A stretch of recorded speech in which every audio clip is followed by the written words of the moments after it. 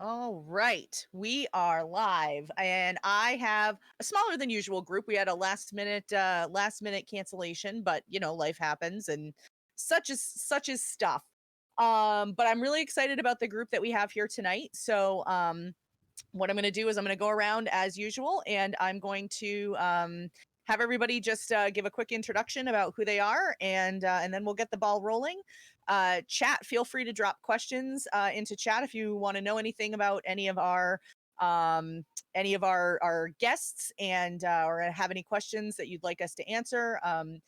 And the meaning of life is still 42, so please don't ask. And yeah, we'll get this ball rolling. So I'm going to start with Brianna. We'll start with you. Tell us about who you are and what you're into. I'm Brianna, and I'm just a huge nerd when it comes to storytelling stuff, and it's part of the reason why I love tabletop role-playing games is because tell a story with friends, and it's just kind of taken over my life in the past year. Nice. To the point where I literally interview people's characters for fun. Yeah, that's awesome. It's just so much fun. That's very cool. I think I have your podcast on my to listen to list. I haven't gotten to dive into it yet, but it's there. One good thing is you don't have to listen to it in order. Yes. Yep. All right. JC, we'll go to you next. Hey everybody, Dungeon Master Vault. I've been doing this for quite some time. I guess I can kind of say I'm kind of a Batman character, if you could kind of say that in a sense, and also a bard by trade. During the day, I teach, and by nights, dad/dungeon master, depending on the time and day of the week. So Nice. I've been doing this for to take some time. I was just trying to do the math. I'm turning 38 on Saturday. So I think I started playing Dungeons and Dragons when I was 8. Oh my goodness. So you're looking at 30 years. That whole story goes back to where I played with the neighbors across the street. We started in Ravenloft at I think about the age of 9. This could go on and on and on and on. I don't want to take all the time here. And then I played with all walks of life, from super nerdy people, which I am one of those people, to jocks that played football at the college level. So it's been a pretty good time. Nice. Well, thank you so much for taking the time to be on with us and hang out with us tonight. J.R.Rain, let's go to you. Hi, I am J.R.Rain, and I started playing Dungeons and Dragons when I was 33. So I've only been playing for about 8 years, and the reason I started playing was because of Luna. So I did that. That was me. Say Luna is my best friend. I'm really. She literally lives a mile down the road from me. So we're doing this a mile apart. I know. Have walked to each other's houses. I'm an academic advisor for a local college, and I'm also an adjunct professor for English department. I am a writer. I am working on first in a fantasy series, and I'll probably be putting that out with Scolion, which is an authors collaborative that I joined at the beginning of the year. Fantasy, I love fantasy. I love role-playing games. I especially love Dragon Age. I'm huge into the Dragon Age series, and yeah, that's me. Cool. Well, thanks for coming on, and I'm super excited you're here. And let's see, last but not least, Jared. It's Jared Bornagle. I am one of 3 hosts on a D&D 5th edition podcast called Monsters&Multiclass, where we discuss the mechanics and role-playing aspects of D&D, but we don't actually play it. Outside of that, I do play a ton of D&D and have been doing this for 5 or 6 years, most of the time DMing. That's a trap I've been unable to get out of, but honestly, I enjoy it more anyways. Well, thank you for joining me, and I'm I've been following you on Twitter for a while, so I'm looking forward to getting to chat a little more. So Yeah, me too. that's Always good to actually put a face to the avatars we see. I know, right? Mhm. It really is. It's even better because we can put a face and a voice to them, and it's like, you Right. know. So, Yeah. so I'm gonna get the ball rolling. This is a really easy question, and people who watch the show a lot, generally know what it is because I use it quite a bit. So, so my question is, when you are playing at an actual table with real people sitting across the table from you, do your dice have to match? Yes, even if I'm borrowing dice, they have to match. I borrow dice a lot because all of my dice try and kill all of my characters without fail. It is so bad. My paladin can't hit anything. All times I definitely have a main set Yeah. that I stick to for like 90% of rolls. But then once if I'm casting a fireball or something, then it's just a free for all, and I have like my backup d6s. Nice. Nice. So it's kind of funny. With some people collect rocks, some people collect. There's that scene in Gladiator where he grabs the dirt and he kind of like takes it and rubs it, and so in a sense, like I will actually, for each character or campaign that I start, I'll buy a new set of dice, and so it's kind of like a back, kind of goes with the theme or just the kickoff of what's going on. Except for there's one dice, which it's this speckled red dice here. Oh, yep. Which I've had this this guy since I say middle school, so 8th grade. And the story goes, the dungeon master at the time, best friend, he spent like, all of us dungeon masters can attest this. Like you spend so much time on a bad guy, and you expect this, really awesome experience to take place and really big challenge. Well, I critical them first shot, and then we were at the time, I think it was 3rd edition. Playing, and we had a rule that you had to confirm the critical. Kind of, I think Pathfinder had that rule.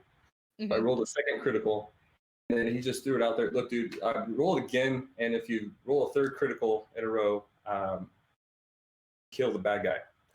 And sure enough, I rolled it 20, and that story. Oh my gosh! On.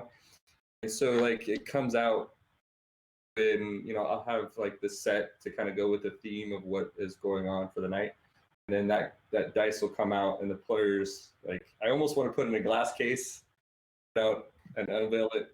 Anyways, it's a tangent, and it's got a story of its own, and it's killed many players.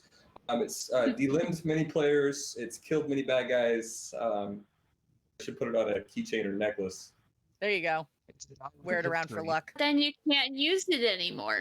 Well, get it detached and roll it for whatever. Yeah. What about you, J.R.Rain? I like to have a set for the character that I'm playing, and they have to match. Except for my random D6s, I do have a set of matching D6s that don't.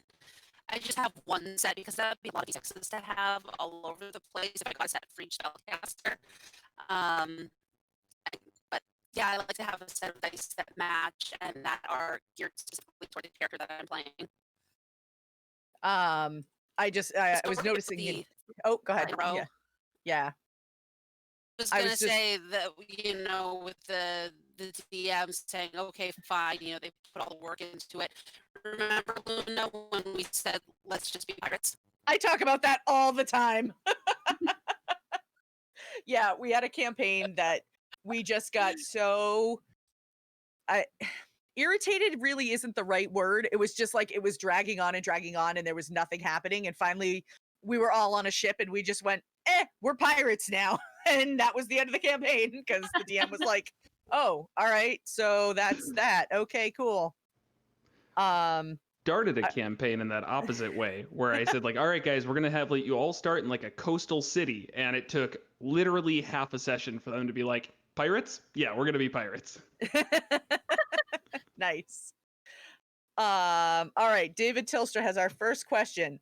Can a gnome or a halfling wield a greatsword?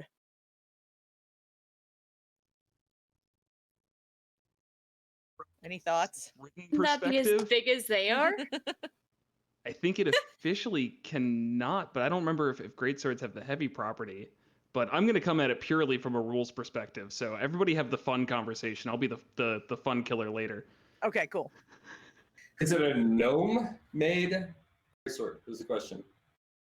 Like one of those big fat swords that can be held up with this, and you got that gnome with the strength of 16. And it's kind of hard to say no to that.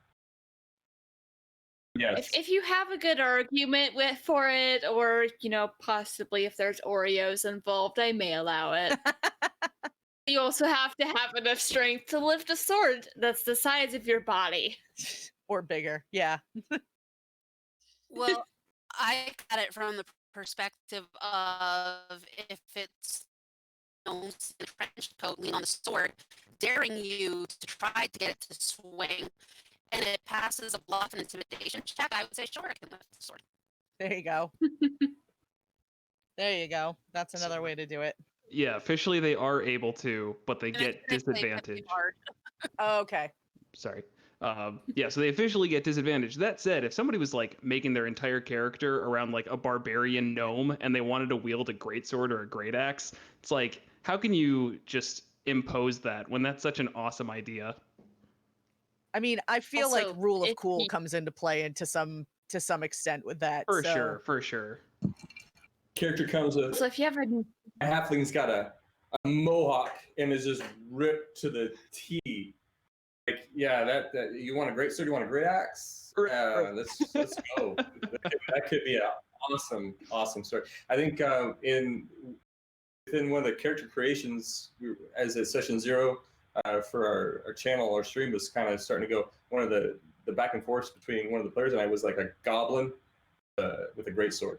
And there's this picture you can find online with it. He's just and heck yeah, let's go. just imagine you're going up to this gnome and you're thinking, I'm going to squish him, and they pull out this sword that's as big as they are. You're like, okay.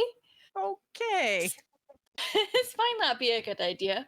I've Could been be dying to land a gnome barbarian on Tales of Adventure just because, oh my gosh, yes.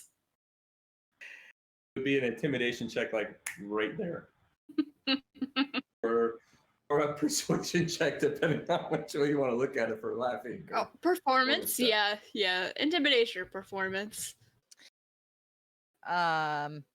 So Nonatus, I'm guessing it is. I suppose it depends on which system we're discussing, because Pathfinder 2e does have the giant instinct for barbarians that allows small or medium creatures to wield large weapons. So that would make sense if, I mean, it probably varies from system to system a little, but I don't know. I like the idea of a character carrying a weapon as big as it is. Definitely. Yes. And as I said, like around it for a character concept, I absolutely love that. If there was some random situation where in the middle of battle a gnome picked up a greatsword and wanted to like take a swing, I would use the disadvantage only because them hitting makes it that much cooler to me. Like the Absolutely. idea of them like overcoming this huge sword and getting, chopping off somebody's head, that's awesome. So I kind of like when they're at the disadvantage. It can add to the story. That way they don't I- feel quite as bad when it doesn't Yeah. hit. I feel like too, like, I just like the idea of 3 gnomes in a trench coat as Yeah. a character. absolutely. That's a great I idea. love that. I like that a lot. I think too, I mean, and this again I think would be DM discretion, but if you had a gnome or a halfling, for example, that would be if you had a gnome or a halfling that would be like that, let's say they picked up a greatsword or something that they found in battle and wanted to try wielding it. I feel like over the course of time, just because, that's how people's bodies works, you would develop the muscle tone to get better at it. So I feel like at DM discretion, you could, maybe for a while you roll it disadvantage, and then maybe for a while you roll it a -4, and then like you gradually can improve with it as a weapon. I don't know, just an idea. I like that a lot. Definitely. I like that. That definitely allows like some character growth in there. Yeah. As they can progress. I mean, it just goes back into like this question just went crazy, right? Because it brings up a great point, and I just want to point that out, like to allow the players to come up with a creative idea, then don't punish the idea. As Dungeon, some advice there. Just like allow that to take place. Put a little bit of a setback there, and then who knows? Like if they roll a 2020 on there, like that moment, okay, great. This thing felt amazing in your hand, and I mean, I don't know, like a wizard being able to pick up that sword in general, like a gnomish wizard, a little hard. And the other part that it goes, just we go back to what happened in the character's background. Like if the fighter came from like a human settlement, and they learned how to do that and learned to fight with that sword. Maybe they're not quite proficient out with it, but maybe that's like their goal. Man, that character progression could be a really cool story. And that's where that's like that's my bread and butter right there. Because like when we talk about multi-classing, a lot of times it's big character changes. So I like the idea of the wizard gnome picking up a greatsword and starting to swing it, and then they realize like, hey, I kind of suck at this, but one, I like it, and two, it's a different way to protect myself that I never thought I'd be able to. Maybe, again, over time, they start to use it, they gain that proficiency, and maybe they think, I'm going to take a level in fighter. And now it's the classes reflecting what's happening in the story, and not the other way around, where it's like kind of munchkin-y. Yeah. Yeah. I know of multi-class bits of stories. Yeah. Love it. So for people from our channel who watch our Sunday night campaign, my character that I play on Sunday nights, Eda Bricks, is multi-classed. She's a rogue fighter ranger, which has been a lot of fun, and all of that came from just character development stuff, things that happened to people that she cares about or that she learned from people that she spent time with. In the course of it, I'm like, oh, she spent a lot of time with a ranger. It probably would make sense for her to have at least a level of ranger. But then at the same time, I'm like, ooh, look at all those new skills I have now, So Hunter's Mark, interesting. Yeah. That works really well with my rogue stuff. So yeah. I had a multi-class happen similar to that. I have a tiefling sorceress character. Her name is Hero. She's raised by humans, and two of the big things about her is she spent the past 2 years in the story working in a potion shop with her siblings, and the world we're in, it's illegal to sell health potions. Like the church has outlawed it. So her reaction to that was, "Oh, that rule's dumb." She started smuggling them. I built her character before Artificer came out, so I've recently started having her pick up levels to Artificer so she could become an alchemist. That makes sense. It makes perfect sense that she would start to learn how to make her own health potions. Yep. And just give an even bigger middle finger to those particular people in the church. Yeah. At least until the law goes away and she doesn't have to hide anymore. Yeah. Synergy though with the rogue and ranger, that's pretty borderline OP with the Hunter's Mark, and we'll get there. Yeah. She's it's pretty fun because now the everybody pretty much, her name is Eda Bricks and everybody calls her Yeda Bricks now because her favorite thing to do is to jump off the shield of the 7-foot tall barbarian and like come flying down on stuff to attack it with a short sword. So it's a good time. So it's all beautiful. of the stuff that all of the stuff that she's picked up along the way has been very, very cool to multi-class with. So yeah, I like it.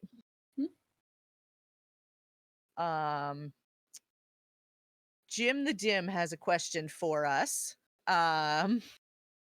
He would like to know if you could pick one famous person to play a session with, who would it be?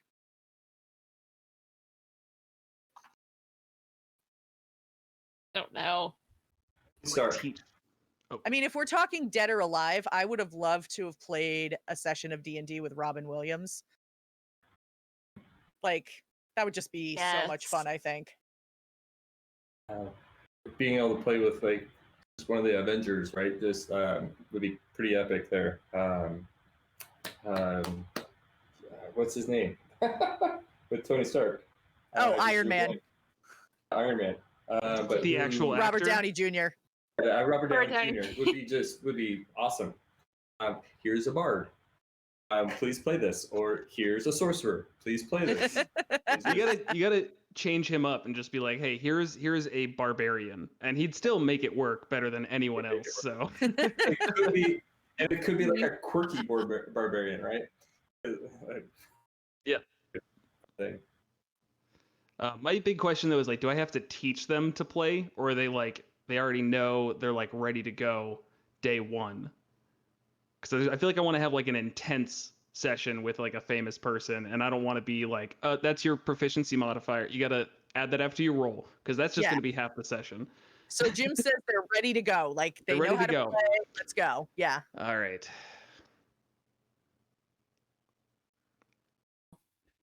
I gotta go for the weirdness factor. I think I'd say Shia LaBeouf. That would be interesting. I think he'd just bring some oddness to the table that I would not be ready for, and I'd regret it by the end of the night. But like, yeah, like that's exactly what I get for saying Shia LaBeouf. Thanks, Jeannie. There you go. I would probably say, so this is my scenario. I would want to play it with Tolkien, J.R.R. Tolkien. That would if be we're going amazing. dead or alive. You're like, what did you do to my setting? I would want him. I would want him to be the DM and have this elaborate plot constructed, and then I'm gonna take Ranger, and then I'm gonna roll to have the Eagles, and then ask him to fly me more. And then he'll be like, "What did you just do to my story?" And I'll be like, "I fixed it." So, I love Tolkien. I love fantasy literature. I love his work. I absolutely love him, but he needed an editor. This is a writer and teacher in me. Needed a good editor. But that's what I would do. I would play D&D with him, because that would just playing in the world itself would be fun.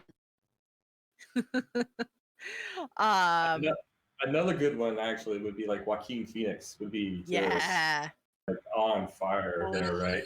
Or even just say, hey, can you come in and play this like bad guy for me? And just here's the backstory, here's this, and I'm just here it is. Here's the setup, go. And it would be pretty awesome. I mean, if we're talking people who legitimately, like celebrities that we already know how to play, I would really think it would be fun to play with Vin Diesel. So yes. Like I would love to come in and just have like a super intense D&D session with Vin Diesel, and yeah, that'd be great. That would be so much. When you so Vin Diesel, if you're watching, just hint. There was some... In response to this question, all I can think of is like, I want to interview this person's character. I want to interview this person's character. But I'm like, that's not the question. But there's just so many people. I just want to sit and talk in character with their characters for an hour. Yeah, what better way to get to know somebody's character than to play with them, right? Exactly. Yeah. It's just like, because I joke that my dream is like one day have someone from Critical Role, partially because like they do have really interesting characters. I had a dream that I passed by Talos and Jaffe, didn't immediately recognize him, realized who it was, and ran after him. Like, hey, can I interview Percy? That would be, After they filmed Onward, there was that conversation between the two actors of the main. I'm horrible with names, by the way. And there was that whole pitch between, hey, we would like to get some of the Avengers to come over and play Dungeons and Dragons with us and sit down. I was like, oh my gosh, how fun would this be? We go back to the teaching part, like before this whole everyone stay in movement or the COVID thing. in the summertime, I would go teach like kids down at the private Catholic school in downtown Phoenix, and just kind of teach kids 4th grade like how to play Dungeons and Dragons. So I think if I can teach a 4th grader how to play Dungeons and Dragons, here's the D20 and tell me what you want to do, roll it, and then add this. I'm pretty sure they could all pick that up and then just kind of watch that transition go. And then what do you think? Yeah. A good time. I think so. Oh my gosh. I'm looking at chat. Heron says, I would choose Morgan Freeman as DM. Everybody is too enchanted listening to his narrative that we all forget to play, I guess. And then he goes, Okay, I so roll a 1. This is when Heron knew he fucked up. I've actually listened to someone who has more of a voice of God than Morgan Freeman. I think it's Brandon Burchard. Oh my gosh. He's a business person. And like I was listening to him and I'm like, he sounds more godlike than Morgan Freeman. I didn't know this was possible. Oh, So that's good. great. I hope I'm remembering the correct name for the person. Otherwise, people will look him up and be like, wait, no, he doesn't. Yeah. You're like, huh? Yeah, I think there's so many. Like, the more I think about it and the more, like, I see people say stuff in chat, I'm like, oh, yeah, that would be a lot of fun, too. Oh, yeah, they'd be a lot of fun, too. Like, I can't. Yeah. Playing with Tom Holland, maybe. Yeah, somebody said that in chat. I'm like, oh, man, he would be hysterical. Oh. There's just so many great personalities, and then there's also the really great accents. Yeah. Yep. Chris Pratt. Somebody else said Chris Pratt. Actually, Chris 2 people Pratt. said Chris Pratt. Yeah. Right. That Yeah. would be pretty So awesome. it'd also be interesting to see what kind of characters they choose to play. Yeah. Does Tom Holland play somebody that's kind of like Spider-Man or not at all? Actually, I saw somewhere Oh, on yeah. Twitter where Rick Riordan's going to be part of a charity like D&D One Shot. I'm like, yes, I need to know what his character is. Would Probably a love to see massive that. troll. Probably a, well, troll in the metaphorical sense. Yeah. Or literal, I don't know. Who knows? But yeah, it'll be a good time. Who trolls?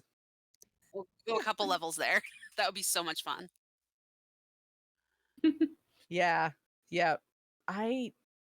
Oh man. And it's funny too, because like I never just thinking about like celebrities and characters specifically, like I don't often make characters that are based on other characters. I tried to do that once and failed miserably. I think I played her for 20 minutes and went, yeah, no, this is not going to work. I tried to make a character based on the 1980s She-Ra and got like 20 minutes in and was like, yeah, no, I can't keep this up. Like, this is way too goody-goody for me. But Never done that, but I do have one character idea that's very, very loosely based on Eric from Phantom of the Opera, which if you've read the book, he is the Phantom. yes. Like, but taking like twist his story a little bit, so he's not that bad. Christine's the reason he has to wear the mask because she was jealous. The rogue. I have too much fun with character stories. Yeah. Far too much fun. Rogue in our party actually, Kinuku. Yeah. We were kind of going back and forth as a group, like, oh, that might be a little hard to roleplay, and just because of the crow, and could be like really interesting. And the guys in the group are pretty new to roleplaying. But you can pick a theme off the character, right? And he picked like in Rayman, there's the guy that always repeats. I haven't watched, but he always like repeats. There's a scene where he's like kind of repeating one thing after another, and he's like, "This is sorry guys, but this is gonna be what it is." And there's like in the episode 0, there's a couple like, "We gotta get out of here! We gotta get out of here!" repeating like panic of another character, or just funny things like that, and it's been kind of comic relief there. I like that. I did a character one time who would always try to like say something witty or clever or something like that, but instead she would end up with a malapropism. So, she'd be like, You can lead a horse to water, but you can't make him lay down in it. And everybody would be like, what? Yeah, so that was entertaining. That was a super fun character quirk that I did one time. So I built a character for a campaign, and she's a druid, but she grew up on the street, so she doesn't realize she's a druid. Oh. She's just like, I can do this stuff. She just doesn't realize that's what Yeah. it is. She also, my DM let me give her like a single bard spell, the tiny hut. We made up that like, oh, her mom was a bard, and she taught her how to do it. So when she was introduced to the party, and they're like, how do you do that? She's like, I don't know, I just do. They thought she was a sorcerer for a long time, but like as she's walking along, she's just like making stuff bloom and playing with her ferret. Everyone was just so confused. Like, she's one of those, she found out another party member was a half vampire, and she's like, oh, that's cool. She doesn't know that she should probably be afraid of them. She's like, oh, that's cool. High school built a character based off of Wolverine, a wood elf. Oh boy. It was pretty awesome. Started off with like bone or wood, it was a ranger.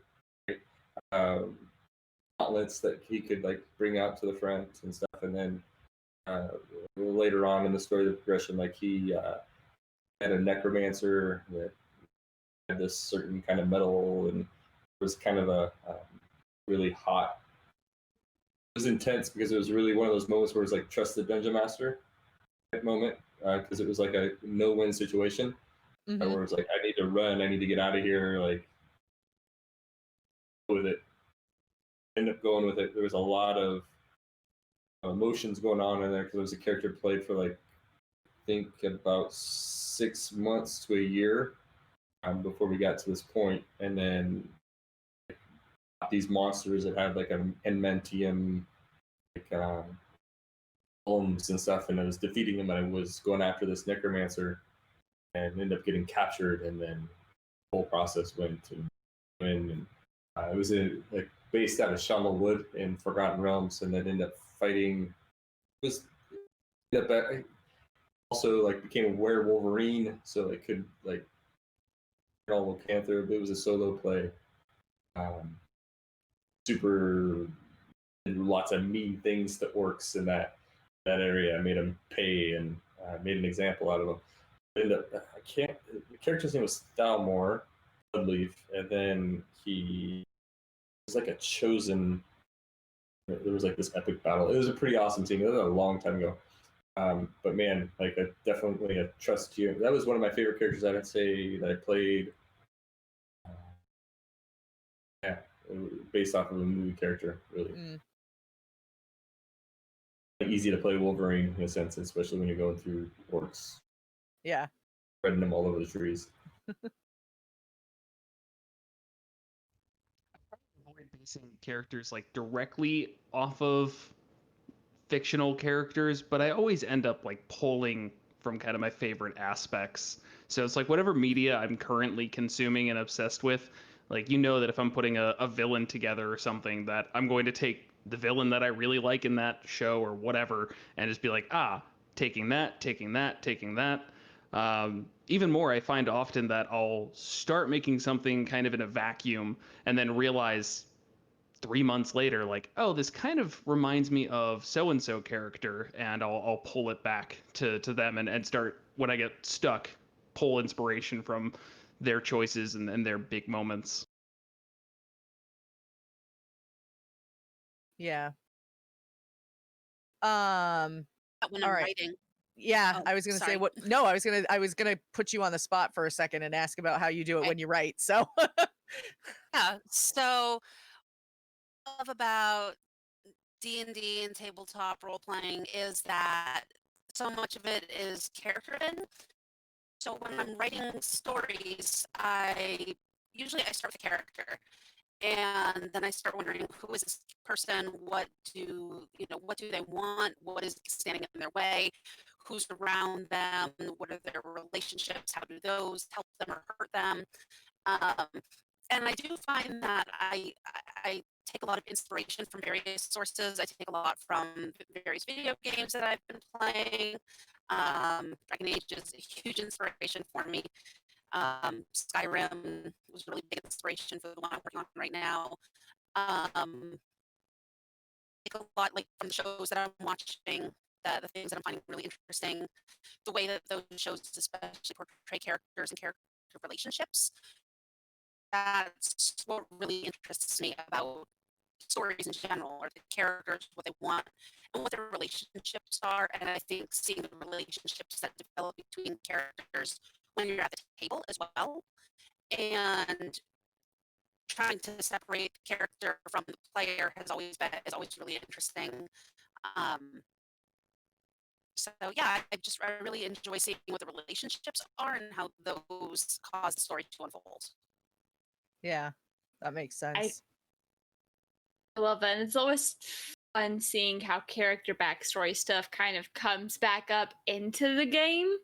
Yeah. And just like comes back like every time in this one game, because I like to give my DMs a lot of stuff to play with in my backstory, and just like every once in a while something will come up. And the last time my DM dropped something on me, I was like, oh, I never ever expected that to come up, because my character met someone who tried to kill her before and very nearly succeeded. My first thought was, okay, how's she going to handle this? Because she's actually thankful to them. And am I going to survive this encounter? She's not been stabbed by them yet, so that's good. So this topic all sort of leads me to a question from Patch that came up in chat. So Patch would like to know, what's your favorite role to play? And I put that in quotes because he put it in quotes. And so, i.e., what personality do you apply to your characters the most? I like that question a lot.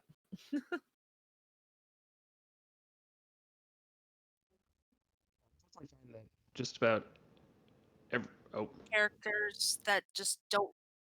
Sorry.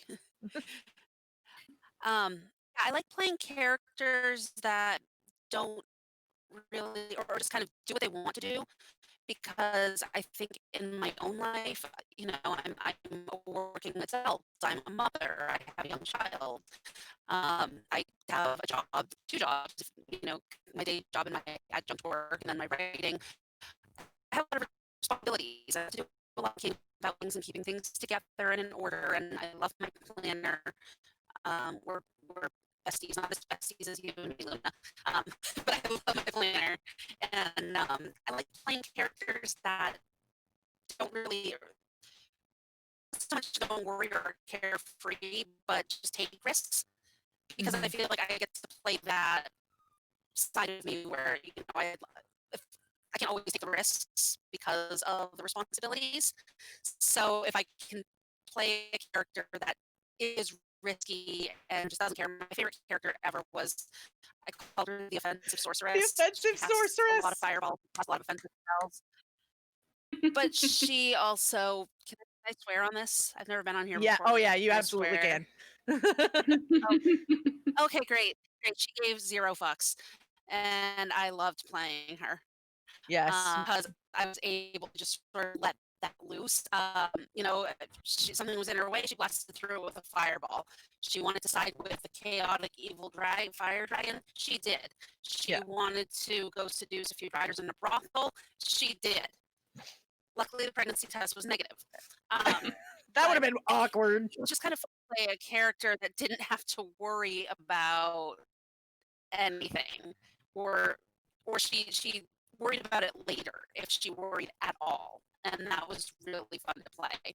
So I like playing that kind of character and writing those kinds of characters. Because it sort of gets out my desire to be risky without having those consequences, like, the potential for spider babies, because that's just weird. Yeah, because no thank you. I might have to question our friendship if that actually happened in real life. Not mental image. Please do. So when I get when I reach out to play, so when I try to, there was this conversation where like you're around the table and you allow some people to dungeon master and stuff. Sometimes I'll go like down to the Adventure League, step down to local game store, and I'll just kind of make up a character. And there, it might be like the safe character, but like, gosh, that's really a complicated question where it becomes like, are you trying to? I tie each character into the backstory that I write. So even with that character that I'm going to play for a couple weeks, I'll maybe have like a 2-paragraph backstory, and just try to stay to those ideals that have kind of transformed and, in a sense, step away from reality and step into like really this character that I get to play and escape from this stuff that's going on. The most recent character I played was it's not a cleric. The Starfinder's version of a cleric. I can't remember what they are. Serenray, priest, and was very like not so much your TV priest, but gritty, down into it, feel, but really good with his words. Dual class that character. Was really new to Starfinder. So you have it's not the Technomancer. Anyways, and then there was the one that can control like the protons and neutrons. Okay. So I've never played Starfinder, so yeah. I looked at it briefly and then decided I wanted to do a different space system, and ended up with Genesis, which is D&D for space. So the class that character was able to, it almost kind of made it like a paladin in a sense, where it could use the charisma in that as my base stat. In Starfinder, you can use for your for most of your abilities and stuff. You can use, if I hope I was doing this right. You can use your best, either like if your wisdom's the best or your charisma's the best. So I was using charisma for a lot of my things. So I was a priest that could talk good, in a sense, talk really well. Sorry, I could persuade you and stuff. So it really got to play into that in that sense where, yeah, you didn't accept the faith. Oh, I'm going to choose not to heal you, and then we're going to have a discussion about this type of deal, and that created some animosity in the party. But in the end, go in, have that next session in the role play, and allow for that, and in the end, like, here, child, do you want to drink from this cup?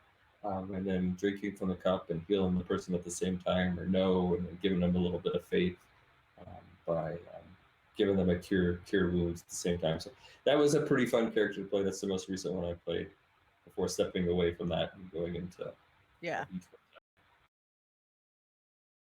For me, I find a lot of my characters, I create characters that are a little different, both in like what people would expect and like within their own world. I love creating fun backstories. I actually come up with far too many character ideas. Now I have like 5 sitting on a shelf. It's a lot of my characters, especially at least 2 of the ones I'm playing now, which is my druid and my tiefling sorceress. They're kind of they're coming into themselves and figuring out where they fit in the world in a way, because my tiefling, she was raised by humans, so it's different for her, and just a lot of like figuring out where you fit and where you want to fit, figuring out where you want to be and deciding how to be there. And I have a drow paladin who, in that game, drow are pretty much exclusively, like, for generations, have been the spies and hunters for the king. And if you try and be a drow outside of the military, you will be hunted down with prejudice. And so basically everyone thinks she died 20 years ago when the military compound she was in was burned to the ground. But she was trying to help a rebel get out when that happened. So they got her to a temple where she got healing. She gave them a different name when they asked, and has never been back since. So a lot of her journey has been both like trying to find redemption Like, and also for her trying to realize that she is indeed worthy of it, because she's done a lot of terrible things for 200 years, but since getting our memories back, she's actually met her god, so that helped a lot. And she's met the people who led the attack that supposedly killed her, and they trust her. Just seeing her on this path, like, not proving to herself that she can be more than the monster she was made to be. And also, we're trying to kill the king in that game. So if she can kill the king, then perhaps the rest of her people in a couple generations will be able to be more. It'll be fun to see how long she survives. Yeah. Pretty much everyone wants to kill her. Talk about that. Is there like a specific like role that you prescribe to that? Because they talked a lot about like redemption and like what that means for the character, not just for, it sounds like, themselves, but for the race as a whole, with the goal of killing this king to be, you know, maybe future generations will have a little bit better of a time. So like where do you like classify that? If you kind of really dig into it, a lot of my stuff deals with proving that you're more than the world tells you you are. I can also be really stubborn about that, but it's like, you don't have to be what everyone thinks you should be. You can be something more and something different, and that's okay. Yeah. I think that's awesome. Because it's something I sometimes have trouble with, because it's terrifying to go out and try and do something different, but there's a space for you and it can work. It's just not easy, but then nothing in life worth doing is. I just have the added benefit of not everyone wants to kill me like they do a Rome. Yeah. It's kind of simpler though, right? Because it's like, all right, today I need to not die. Somebody is trying to kill me. That's step one. Don't die. Don't die. You don't have an electric bill that you have to worry about. Yeah. Because the thing is, like, the rest of the party is part of our story, but they don't know the full thing, and like, it's they don't need to know. As my DM knows, if a certain name comes up, she's going to be kill first, ask questions later. Because if they know that name, they're probably not good. If it's a die situation, let's die hard today, right? Kind of. Yeah. Yeah, and like, if the military finds her, they're not going to take her alive. She's not going to give them that choice, because if they do, everyone she cares about is going to die. Painfully in front of her. All right. Let's see. Throw Sorry, out one more too question. Much fun with character stories. Yeah, no, it's okay. David Tilstra would like to know, do you have a process when coming up with voices, or do you just wing it? I can answer this one really easily. I suck at voices, so I don't do them. I'm getting better at them. David and I did a murder mystery party, actually. It wasn't a streamed thing, but we participated in a murder mystery party a few weeks ago, and my character was French, and so I had to try to speak the whole night with a French accent, and it was really hard, but it was way outside of my comfort zone, but I did it. So I'm hoping that maybe down the road I'll get a little more comfortable doing voices in D&D, but honestly, I mean, at the end of the day, even if it's a bad accent, it's like, that's what my character sounds like, and nobody can argue with that. You know, who cares? It becomes really, I think it depends. I think it's hard to consistency. Yeah. Because, you know, by trade, I don't do voice acting as a professional. But in the end of the day, like you know, bedtime, I go read a book, and Cinderella sounds a certain way, and so does another character from another book. So I hope, like, one of my big goals that I'll do at my tables is I'll try to keep the main characters that they encounter, the main NPCs in the story, will have some sort of consistency. but it becomes a lot different that I've noticed when a camera gets on, right? Because now I've got to really, maybe this stuff gets out in the public, and maybe some people that never knew that I really wore a hood over my head, during like a dark hood over my head, plotting evil plots by night.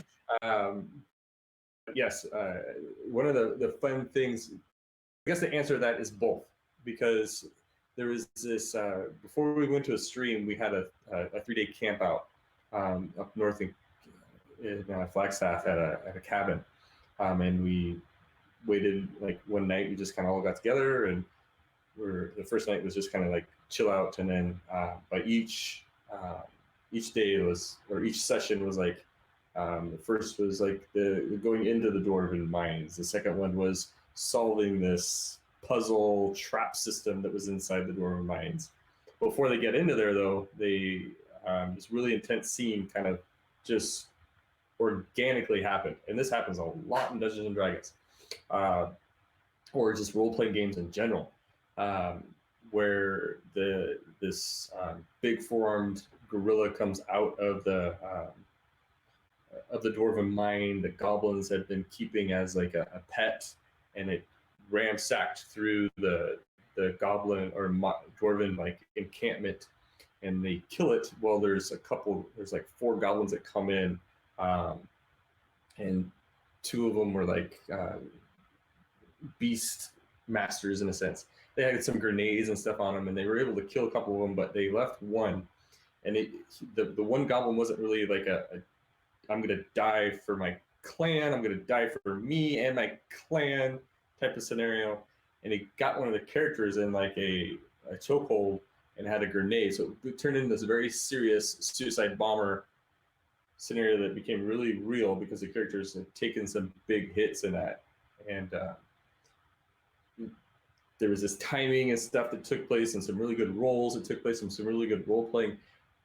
At the end of the day, they ended up getting this goblin caught, and they got it in a safe house, and they're questioning it. Really,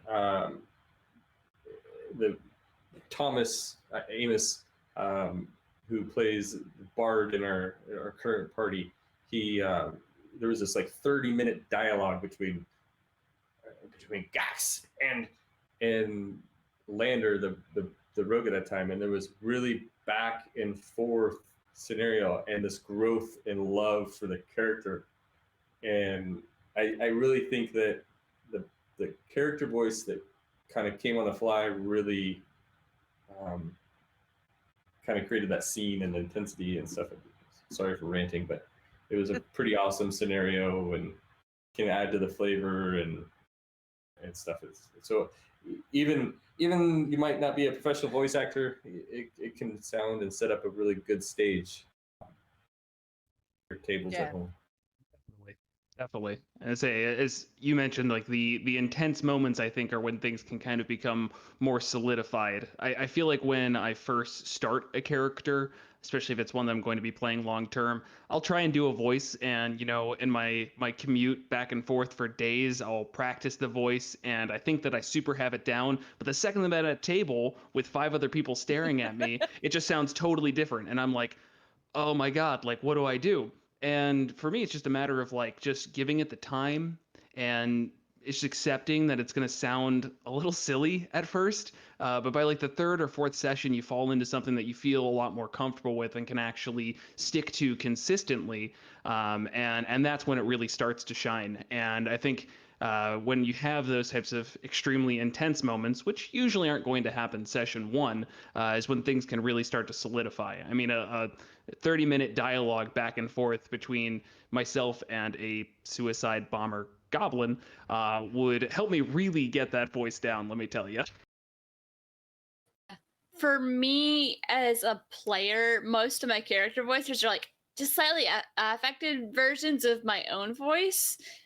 Where there's one where I have like kind of my default accent is this like merge between Scottish and Russian, and I don't know why, I don't know how that happened, but it's like somewhere in the middle, it'll like go back and forth sometimes. but as a DM, because I'm still pretty new to it, I'm still getting the hang of things. But in like after a couple sessions, I kind of had the moment of one of the characters, like isn't exactly who you think they are. So I was like, I wanted her voice to be different. I started talking, and this voice came out that I didn't know I could do, and I was like, I like this. I'm going to stick with it. The next session, I could not remember how I did it, so it took me a good half an hour before I was like, hey, wait, there it is, I found her. It is getting easier, but it can be a little harder. It can be a little harder when there's people watching. But honestly, the first time I ever did an actual character voice, I had to drink after 2 ciders, I was finally able to get into the Russian voice. I was just playing with friends, and I was still awkward about it. There's been many times though where I've had to record myself so that I can just 6 months down the road when that character comes up again, it's like, wait, how did they sound? I've been meaning to make like a file of miscellaneous voices that I make. It'll never happen. It helps when you have to go back and edit your stuff. Yeah. One of the tricks that I learned from somebody that I was playing with one time, because he's a professional stage actor in New York City. And the only reason that I learned it was because we busted him doing it one time on a stream, was a lot of his characters would have voices and accents and things like that. And one time he was doing an Irish accent, and as he was trying to get into the character, he would turn away from the microphone. And of course, none of us ever really thought anything of it until he was close enough and the microphone picked him up. And so he would turn away from the microphone and he would say hoity toity toity toy to get into the accent. And then we heard it and we all went, the whole stream just stopped dead. And we were like, excuse me, what was that? But then it was really funny because I was like, oh my God, it totally works. Every time I do that, I want to start speaking in an Irish accent, even though I can't do that to save my life. And it was just so funny. But he was like, yeah, it's a trick that we use when we're acting on stage to get in and out of an accent. And I'm like, oh, that's really clever. So really interesting. I wonder if there's tricks like that for other accents. I'm sure there are, but I would love to know what those are, because that one seems almost too obvious of hoity toity toity, but right. Also, for me mentally, I realized just kind of mentally noting the difference between different accents. These could be similar, but this one has a bit more of a lilt to it, and this one it's being dragged down a little bit at certain points. Also, 12 years of being in band, it's just there's a thing in my head and I don't know how to communicate it into words, but it works in my head. What sort of mouth shape to make things happen. Yeah. That was weird phrasing, and I'm just gonna stop. So one of the things I'll do is the whole in the car, in the shower, walking the dog, trying voices when I'm reading the kids. It's trying to pick out certain things that take place. The great thing about YouTube now, right? One of the things in the current game is they're on a farm and they have an introduction of a redneck Virginia style, and I am not from Virginia, I'm from Idaho, and really trying to get that, how would that sound? The first thing that I went into researching was moonshiners. And so how, going through YouTube, and we don't have cable, so watching some clips on YouTube and trying to match it with the way I think I hear it and sound. But within it, towards the tail end of that first session, it's at night, there's a little fog, they roll in on this raft that they had found, and land up, and they come up on the bank, and it's there's long grass and cattails, and sitting down is the head farmer, Jellybean, who's a badger, smoking a cigarette. And so just all of a sudden, how I had this Virginia style thought process, it started that way, but then it kind of went to I think it sounded like Louisiana, Creole type, but it fit. and just like that setting and how that whole went. And I thought it really worked in there, and I was like, I hope I can kind of keep that consistent the next time it plays, because could be without any too big of spoilers, could be a pretty big NPC moving forward. One of my DMs decided to make Wood Elves Cajun, and the first time he did it, we all lost it for a good 5 minutes. That's fantastic. All right. Well, I think we are at a good point right now where we're going to stop for a break. It is just after 9:00 Eastern. And so we're going to take a 5 to 10 minute-ish break. So we can get up, stretch our legs, refill drinks, all that good stuff. And we will be back as soon as we can. So stick around, and the questions that we haven't gotten to yet, we will get to after the break. So we'll see you in just a little bit. Yes, hashtag free the pig. All right. I'm hoping I counted correctly and that we're back. Maybe we're not. I could be wrong. A little bit earlier, but Close enough. looks like we're back. As you can see, we've acquired my cat. She's joined us for the second half. And Very cute cat. yes, verbal components. Cat cam. There we go. So thank you all for coming back and joining us for the second half of the stream. I'm gonna jump right in. So we actually had interesting thing happen for the first time ever, as a response to the tweet that went out via the Monsters&Multiclass Twitter account. We got our first question through Twitter, so I'm gonna throw that out to everybody and see if you guys have any answers for it. So the question came from Bob Francis, and he says, what is your favorite space opera RPG? I've made no secret that mine is West End Games Star Wars 2nd Edition.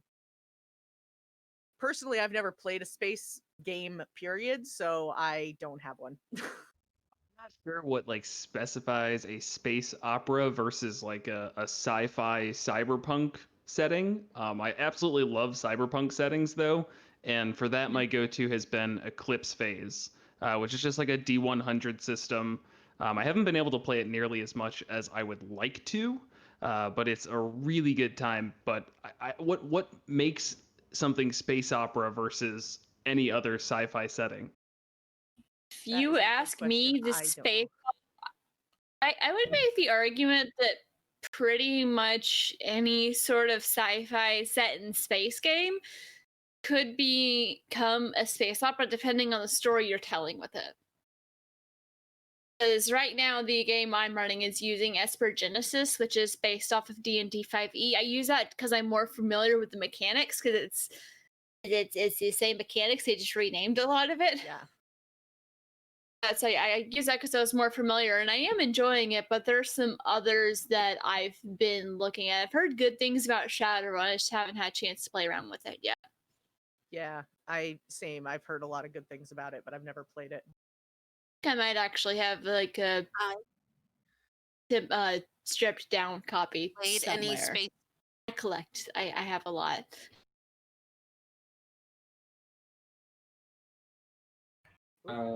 Space opera game. You want it to be absolutely literal about a favorite space opera. I love the aria by Diva Plava Laguna in Fifth Element. That is some quality opera there, and it's in space. There you go. That's a literal space opera. Fantasy Flight games.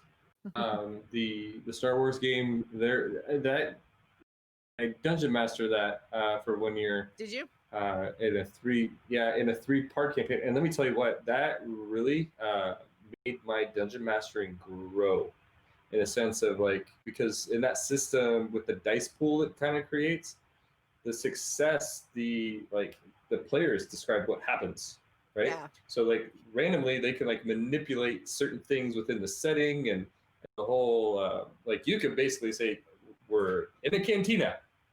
Yeah. A guy comes in and starts and hands you this disc.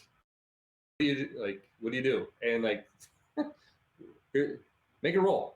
And then like things can happen. Like despair happens, like all hell can break loose.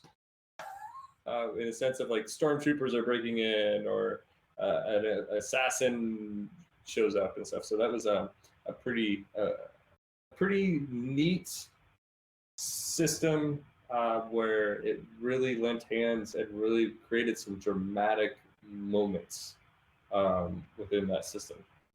Did you say you DM'd for that or GM'd? Yeah, GM'd. For how long? Well, that was a 3-year game. We had 2 dungeon masters. Kind of, it was my brother-in-law and I, where we kind of he took hand of it, and then we kind of came together and discussed where when I kind of took over those characters within that timeline of what took place with a certain artifact. Like those characters were all the same characters that we were playing in the past, became same characters that we were playing in the future for this whole like big dramatic darn COVID. We're not able to kind of finish that one so far because it doesn't lend to the dice system doesn't lend too much into the I don't know if it lends into Fantasy Grounds, the D20 that they have. Yeah. We're actually getting ready. We just wrapped up our first round of interviews for our channel. The HowINerd channel is going to be doing a Star Wars game starting probably late fall. That's fun. Yeah, they're going to be using the Fantasy Flight system. So I'm really excited to watch it. I'm not going to be in this one, but I'm really excited to watch it because it sounds like it's going to be really neat, you know, because it's very narrative driven. It's very RP heavy, you know, and from what I understand about the system, it's much more like, you know, you can be sort of in and out of combat. It's not like combat starts, you have combat, and then combat ends. You know, it's much more fluid. So I'm kind of excited to see how that works. It's pretty quick, and initiative's different. Yeah, because it's like a pool, right? Yeah. And so like you get to pick who goes, and it doesn't stay the same the next round. It can kind of change and manipulate. It's a neat system. You know, I've got my pluses and minuses to it. I'm pretty diehard on Dungeons and Dragons. Yeah. There's been some talk with one of the guys in the table. Maybe we should play that, but that's a big. It's a big change. There's some similarities like within the role-playing aspect, but like the rule changes are a lot different. There's a Yeah. I think it took us about a year to really start to say we kind of get it, and then kind of peeling that onion back further as it became deeper and deeper and deeper. It's like an ogre. It has layers. Pretty much so. We're 5th edition, so beautiful on that. Like a few sessions in, you pretty much got it for the most part.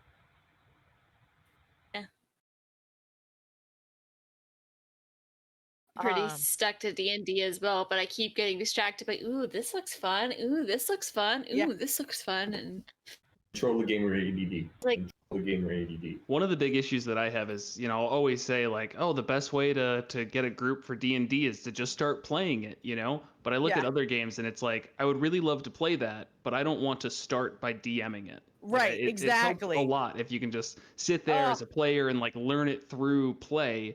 But that's difficult when it's like a more esoteric system and you're like, hey, does anybody want to DM this for me? And it's like, no, nobody does. That's so from hosting this show, like I have a stack of post-it notes that's like this tall, I kid you not, with like different systems written on it that I want to try. And I'm like, I don't want to DM any of these, but I really want to play it.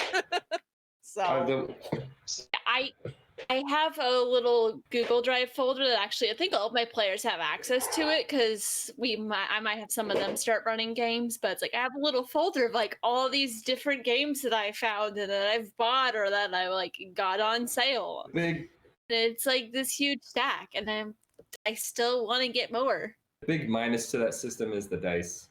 They're not pretty. They're yellow, they're green, they're blue. They're just not like dice? pretty colors.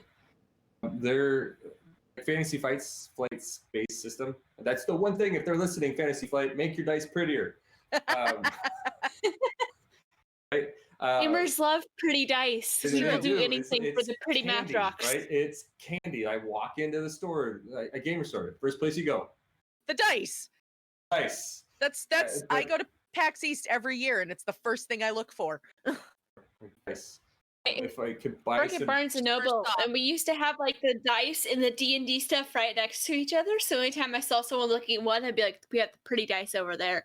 But now it's on different floors, and I can't do that. First place. The first place you go is dice. The second place you go is miniatures, right? Yeah. Look at all the cool miniatures and see if there's any. So there's two places. So in the Fantasy Flight, you take all that away. It's all theater of the mind. It's different. It goes back to second edition. Yeah. It didn't have any of that stuff. There was a little bit of pen and paper, but in this you don't have a pen and paper. So there's some of your pluses and minuses. The character creation is really cool. The story, the storylines, the role playing experiences, all that stuff is really cool. But it really, like I say, it grew me as a dungeon master.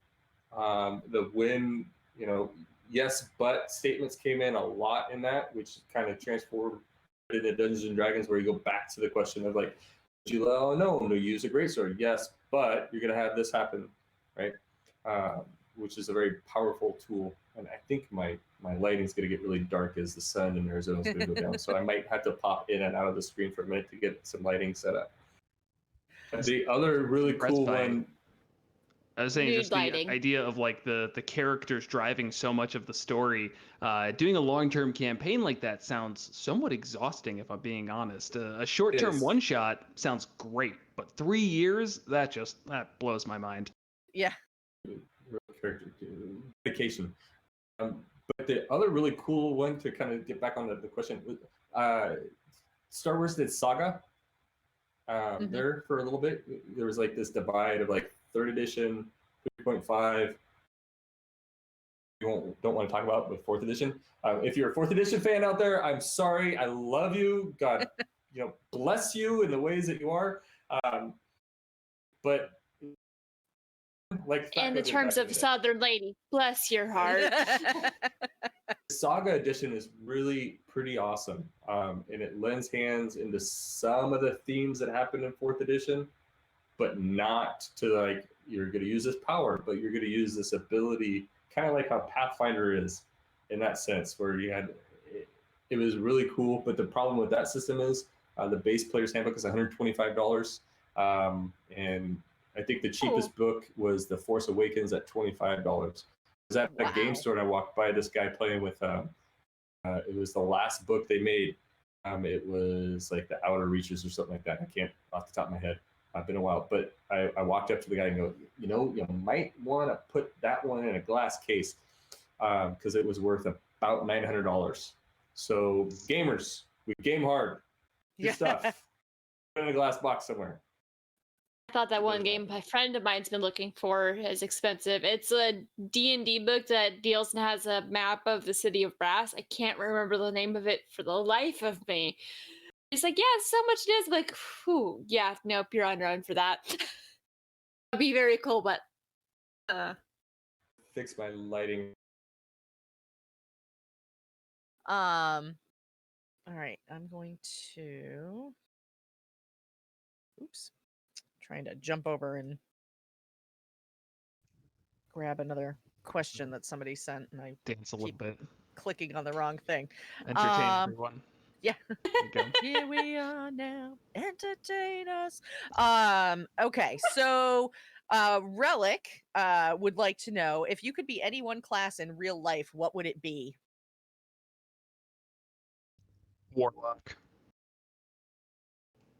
Don't need to ask it, just Warlock. Warlock or Bard, depending on which college for Bard. Like, you could argue I'm a lower Bard already.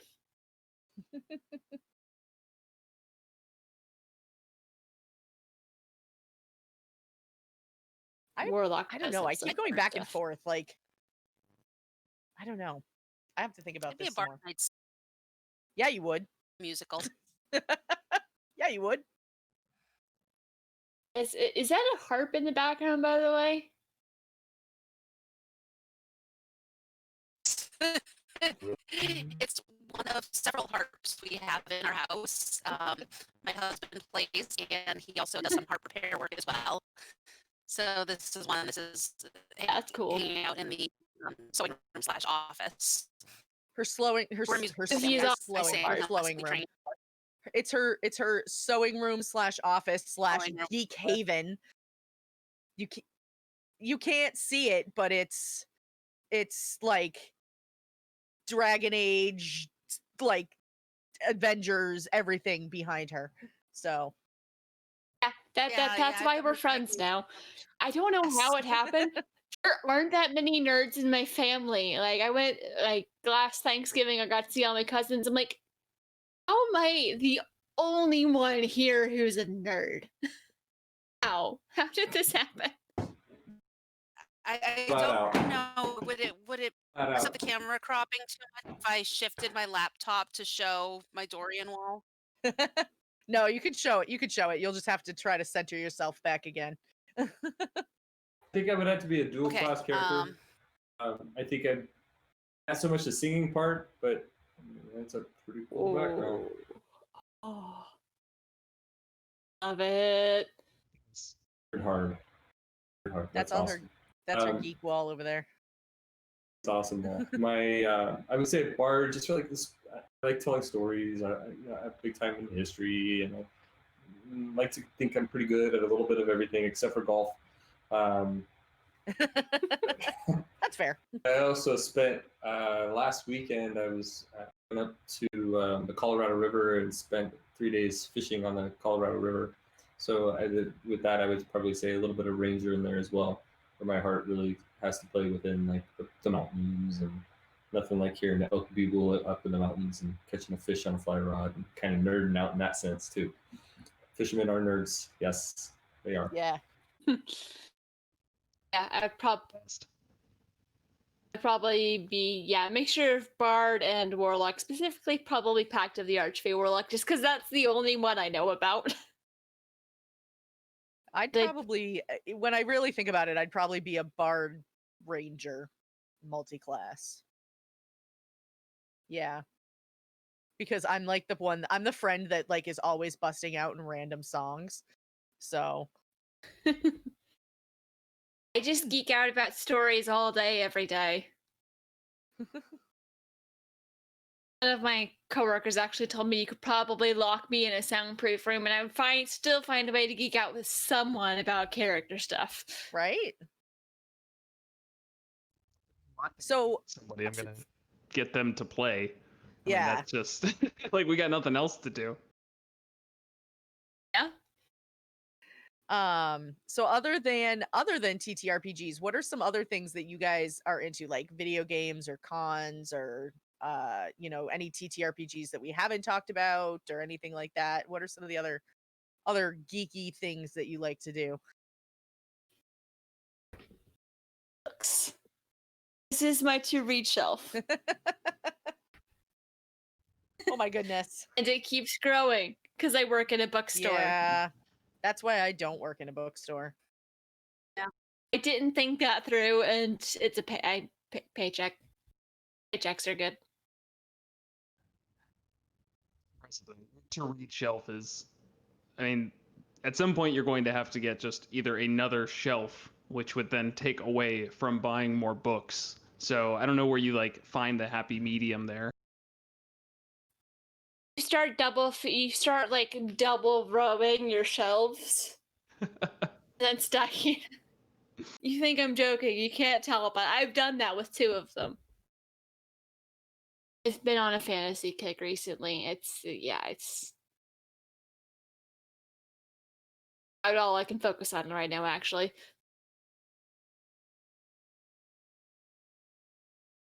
For other game systems, I haven't had a chance to play any of the Powered by the Apocalypse games, but I really want to. I'd really like to, yeah. Yeah, I like how they have the mechanics and some of the world stuff set up. Like I listened to Shadows of St. Fleur, and just I'm like, I want to play Urban Shadows now. So my summers, I like to fill myself up, camp, go fishing, go hiking, with that outdoorsy parts. The other things, like my gamer side of me, when I get to that part, like I love to sit down and play a good old game of chess. I love Magic the Gathering. It's a love-hate relationship because I wish I had more money. I've been told that that's a very expensive hobby to get into. Yes, and And confirmed. they do it really good because, man, it's nothing like cracking a pack to see if you get that good rare. So you got to be really careful there. And getting to sit down and play. And Commander's a really cool format where it kind of opens up into multiple players, and there's a lot of wheeling and dealing. It is a lot of fun. Really like card games. Another cool game was Game of Thrones, which we can go off on a whole new tangent there. That was a really cool game. With some other like Dungeons and Dragons, always trying to write a pen outside of this. Hang out with my kids, and then video gaming. Yes. Been playing like Division 2. Oh, I love that game. It's great. Shadows of Mordor, amazing. I keep forgetting I have that one. I have both of them actually. And then just need to actually play them. Shadows of Mordor and War of the Shadows, the second one to that. I think that's what it is. Shadows of War. I picked both of those up for like $20 on the PlayStation Network. Nice. That was a good pickup there. So just trying to budget the time to where I can do all these things and enjoy all of them to the fullest. Really. That's where the bard comes in, by the way, Luna. Just trying to kick myself off of playing Dark Souls because that's like like played through it, stopped for a little bit, started playing again, got really hard, ended up beating it, and I was like, finally, I can do something else. So then I started another game of Dark Souls. Of course. Did you like do a hard when you beat that game? Did you do like a hardcore celebration? Like I actually like people don't understand. You play Dark Souls and you beat that game, like you should have like a Medal of Honor you gotta put over your. Oh, you totally should. And kind of shine that. Like that game is. Weirdly, like when I beat the final boss, I didn't feel anything, which is probably why I started a second playthrough because it wasn't like the hardest one. But then recently I like went through and was playing a DLC. This is Dark Souls 3, and there was a fight at the end of the. I don't remember it, the Snowy DLC. Maybe somebody in chat knows the name of it if you play Dark Souls. But there's a boss fight there that took me quite literally 5 to 6 hours of playing, just continuously over and over again. That I had like, I straight up stood up and danced around my room for a little bit. So I don't think I would have the patience to play Dark Souls personally. Yeah. After hearing that. My husband did, but I definitely did not. It's a game like you got to get up and walk away from. My daughter and go back. My daughter is 12, and she still remembers watching my ex-husband play it. Like she still remembers the "you died" screen and everything, and occasionally she'll make references to it, which cracks me up. So, yeah. Fail. Can't play Souls because we don't want my son repeating after me. That's fair. I've been down that road.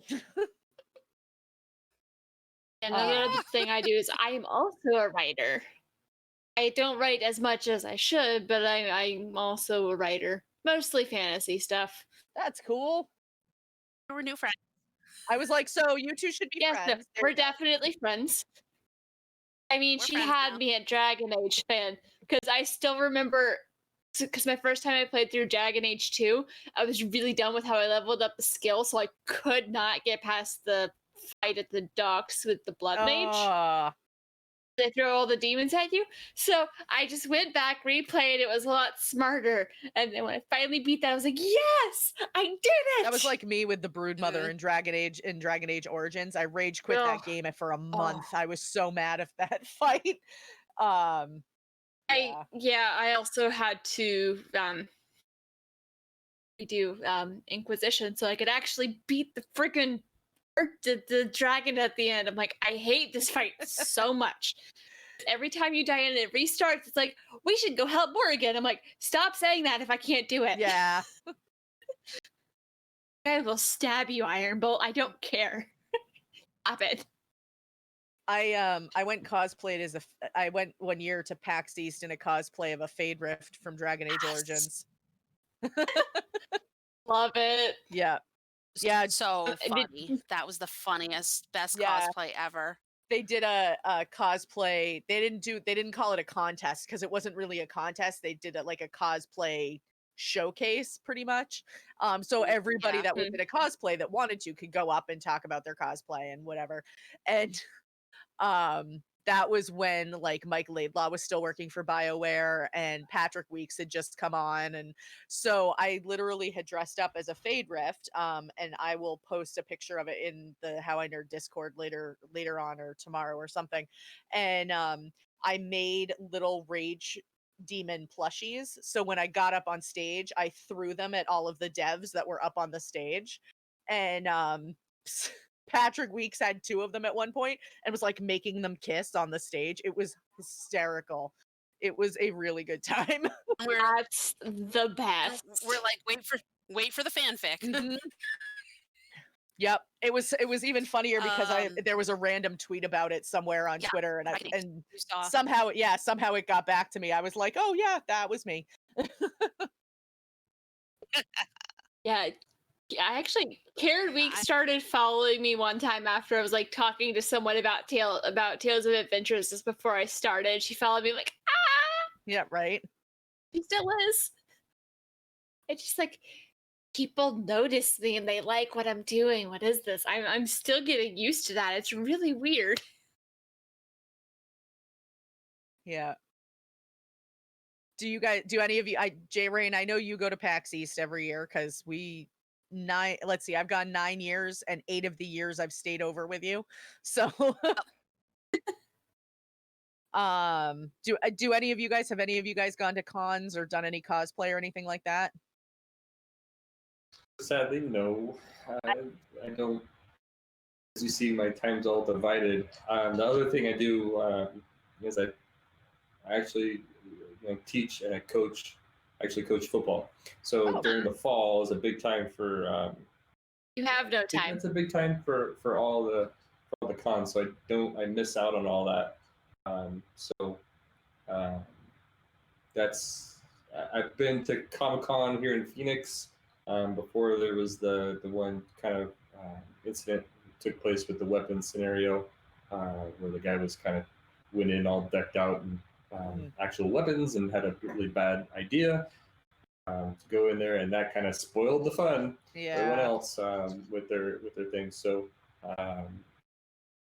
really, I think that's my first Comic-Con I went to in Phoenix. I got to see the 501st from like all the Mandalorians and stuff. They came down on the escalator, and oh my gosh, I was like mind blown. I was like, man, that's a other level that I didn't even know existed, really. As people do take their time with their costumes and stuff, and bless you guys are awesome for doing that. Oh yeah. And I think that I have respect and stuff for you guys. I just watched the episode 1 or season 1. I think it's like episode 31 on Critical Role. Where they all dressed up as different characters, and that was a funny episode because how much they struggled because they were a different character than what they play, like dressed up as a different character than what they play, and so there's definitely like character conflict there. It's pretty funny. I was listening to that one, and after listening to that, I was like, I have to I pulled up the video to see what they looked. I'm like, oh yeah, no, I wouldn't be able to keep it straight either. I haven't been to any really big cons. I was able to go to a day of LeakyCon because one of my mom's friends had like extra tickets somehow. So I got to go to one day of that. But I've also done 2 years at a local like Let's Play Gaming Expo. Oh, okay. My first year, I still have a picture of me with my Seekers of Truth jacket with Geralt of Rivera. Nice. Still very, very proud of that. And I do definitely plan on one day I want to go to Comic-Con and Gen Con and all of that. It's just retail. Yeah. all prepped to go to Gen Con this year, which was the first gaming convention I would have ever gone to. I didn't know that gaming conventions were a thing until like a couple years ago. My entire life was going to music festivals. But either way, was ready to go to Gen Con. Obviously, that was canceled. Yeah. So looking forward to next year. Yeah. Gen Con is on my bucket list someday. Oh yeah, absolutely.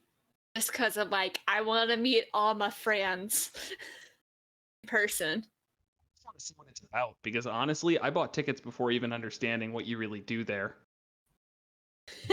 Con would be cool. I know Phoenix has a GamerCon that I meant to go to. I think it kicks off in September. I was gonna try to make it this year, maybe this coming year. I was actually gonna possibly Dungeon Master. I don't know if it'll work out because of the start of school and how everything kind of kicks off at the very beginning of the year can be really crazy. I think Gen Con is doing like an online Discord thing that I was thinking about kind of helping out and being a Dungeon Master on there for. But it was, again, it's like a different system, like learning a whole new system and stuff. Always up for challenges and stuff, but when it's really kind of, I want to be able to provide something kind of quality and have an understanding of the rules. It's really kind of uncomfortable when you just kind of jump into something where you don't have a video to watch, any gameplay, any of that stuff. Yeah. I get that. I would not feel anywhere near comfortable DMing anything like in a professional capacity at the moment. I will get there. I finally figured out, for the most part, how combat encounters work. Like, I still have a lot to learn, and I am making so much up as I go. That's half the fun of it, though. Right, and it's a constant evolution. I mean, I don't think it doesn't matter if you've been DMing for 3 months or 3 years or 30 years. You're constantly learning new things every day. Totally. Yeah. And I've only been playing D&D for like a year. Yeah. The funny part is my mom made some joking remarks about like, you better not get addicted to this. Now a year later, she's like, I'm happy you found something that made you happy. Like, I'm glad you've accepted the fact that I like D&D and it's not a bad thing. J.R.Rain, I actually shared, I think it was last week or the week before, what your mom said to me when you first started playing D&D with me and my group.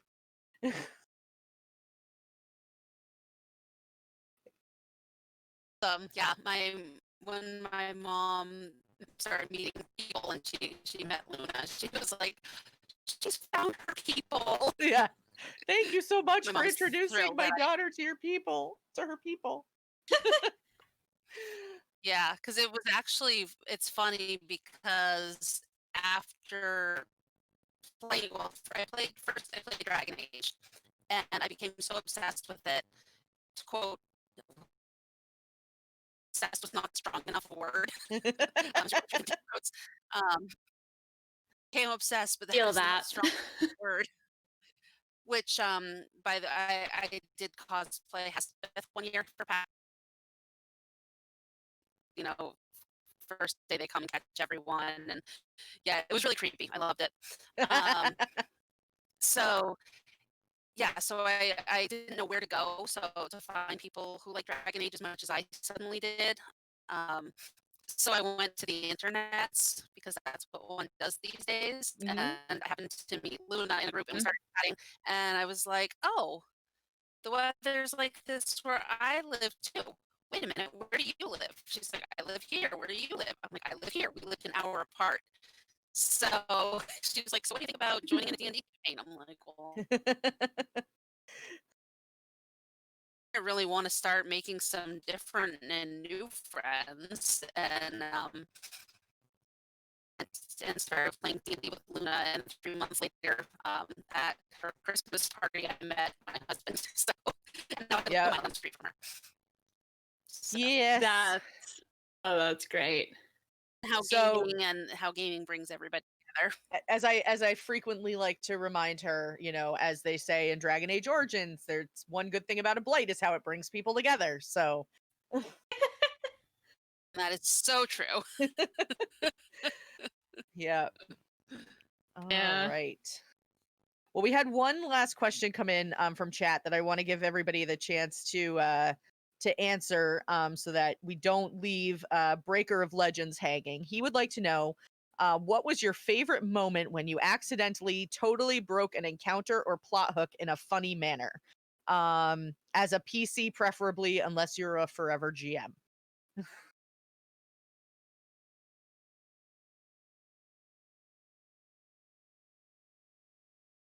I don't can't think think I of have one where I did it.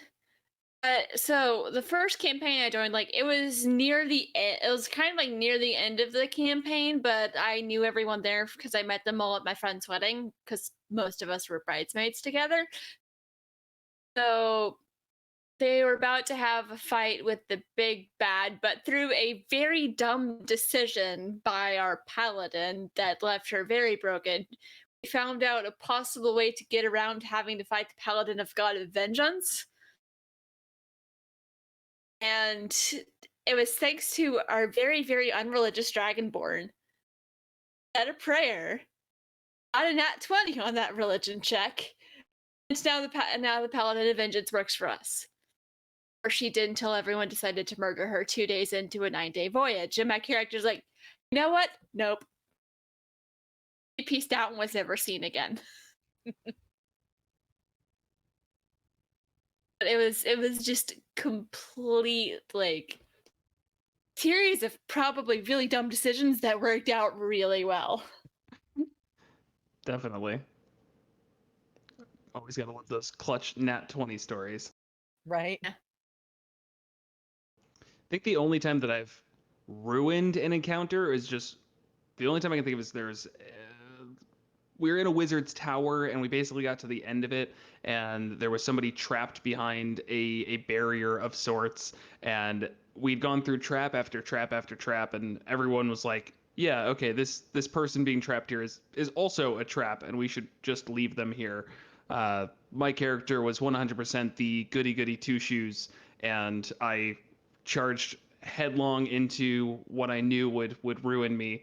And turned out that there was like an extremely powerful demon trapped behind that guard there. Oh So my gosh. it was one of those moments where everybody in the party, like both in character and out of character, were like, "What are you doing?" And I'm like, I'm sorry. This is, I hate to say it, but this is what my character would do." And it was like my one for the campaign. It's like, I know, like, you can't just rely on that for everything, but like they saw somebody in distress. It doesn't matter if it's going to risk them. Like, it's literally in my bonds, guys. Yeah. We question- were Go ahead. we were playing in Ravenloft, and as do you guys play any of the like book games or like have you guys played the Ravenloft game? Because I don't want to spoil too much. No, I have not. We plan on doing it. But yeah. Strong. So I know it can kind of be different for everybody in the experience because of the way that one of the greatest campaigns like made, by the way. Anyways, I was playing a blood hunter. I wasn't the dungeon master. I was a player in this game.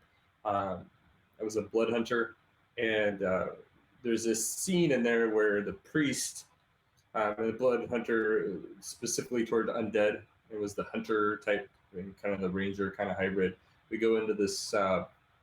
Into the church, which is kind of broken down, shanty, really depressing, kind of like how Ravenloft is in general, and get the sense of undead in the area really strong in here. So end up having the priest pinned up against the wall, intimidating the priest. Where, what's going on here? What are you doing here? Questioning him, and then get the sense strongly and hear noise from a downtown cellar or down below cellar. And so the party goes there, and my character's bond was like very protective over people, the party members. Be abrasive. Story, really dark, sinister story. The character's parents were killed, murdered, turned undead.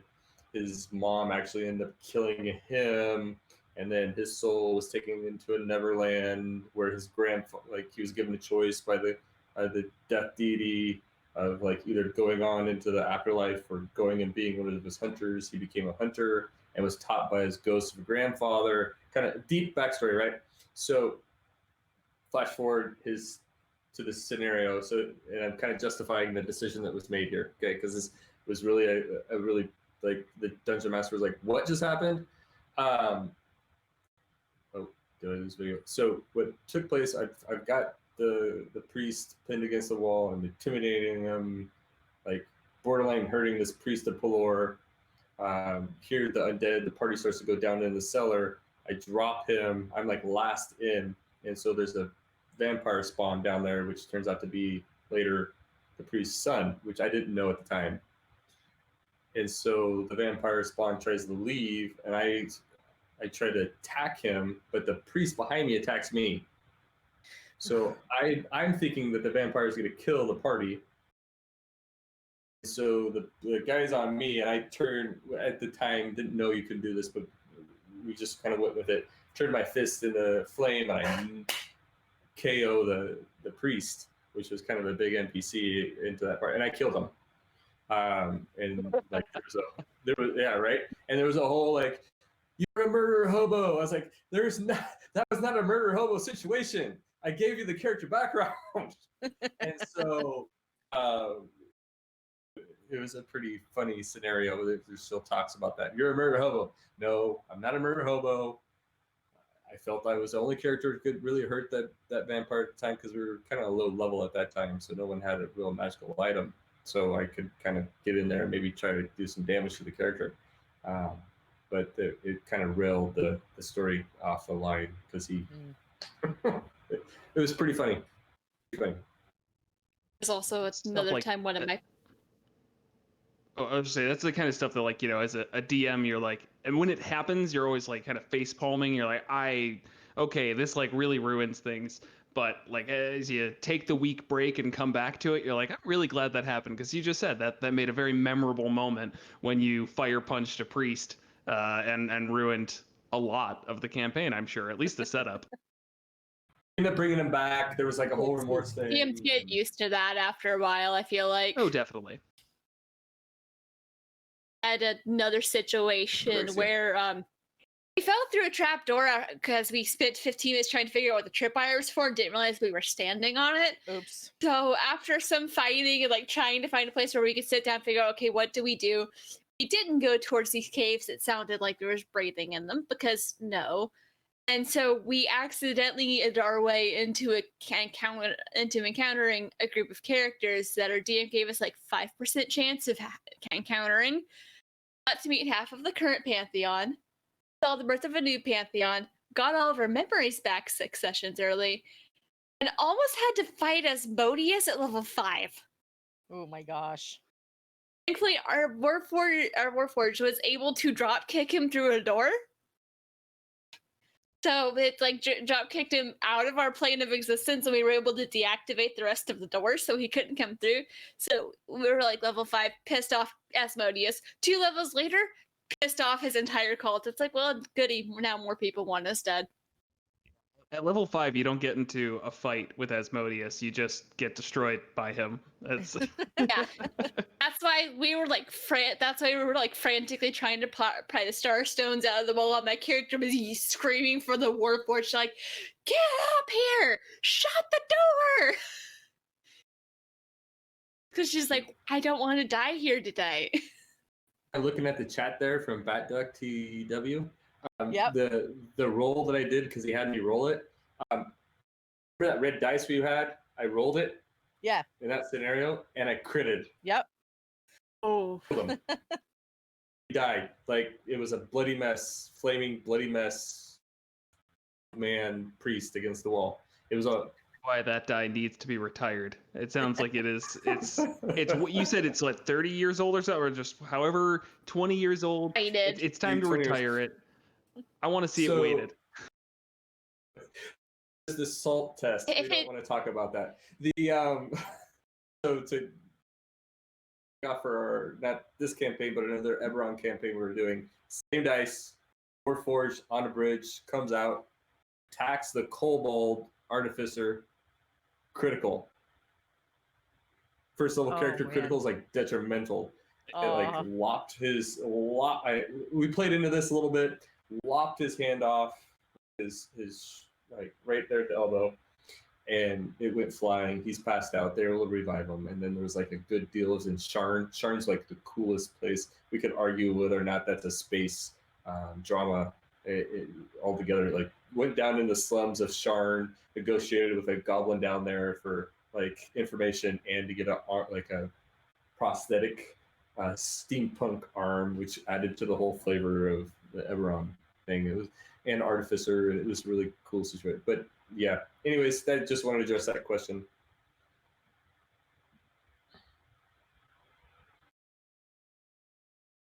I need dice like that because Yeah. I can't hit things. It's not such a big. It's not a big giant plot thing, but it was just really funny. It might have broken one of the we were playing characters. a bard rolls again. It might have broken. Yeah. So I was playing as a bard, and one of the players was unable to attend for that. We get to town and we get to the tavern, and there is a lovely lady of the night there, and so she's talking to all his characters, and we're all throwing our saves or whatever, and finally she gets to him, and he fails a will save. And so he's like, but then he's like, oh, I don't know if I should go. And I said, no, go. It'll be really good for you, and I'll even pay for the room. So my bard for the room. Turns out she was a succubus and level drained him to death. Yeah, it was a good time. And everyone was weird. We got him back, but it was funny. But I was like, oh, that He that was my so fault. mad. That room. Sorry. Yeah. Hashtag sorry, not sorry. Oh, all right. It was funny. It was. Yeah. It was have funny. another session about another story about a character trying to get lucky and failing, except for it was just our bunk and he just passed out asleep. And then the next morning we couldn't find his pants. We decided she got pissed off and threw him out the window. Oh God. Like, we're coming back from the forge. Should we just see him hanging out the fourth story window? It's like, what are you doing? Get back in the room, we'll bring it to you. So we now know, and this is a character we picked up a couple sessions ago, so he doesn't know the full of what exactly we're doing. So I'm like, we should explain that too. But we now know far more about him than he knows about us, and he is now known in that town as Fikros the Pantsless.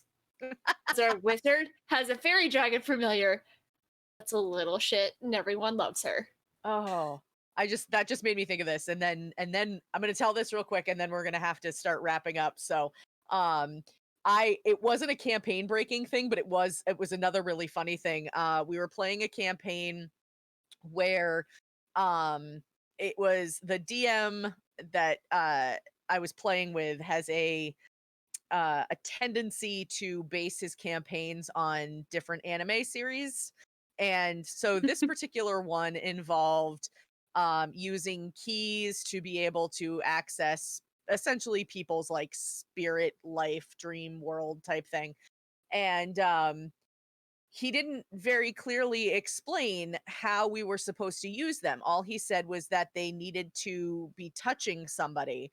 And so my character decided that the logical thing to do with a key was to look for a keyhole. So she shoved it up somebody's nose.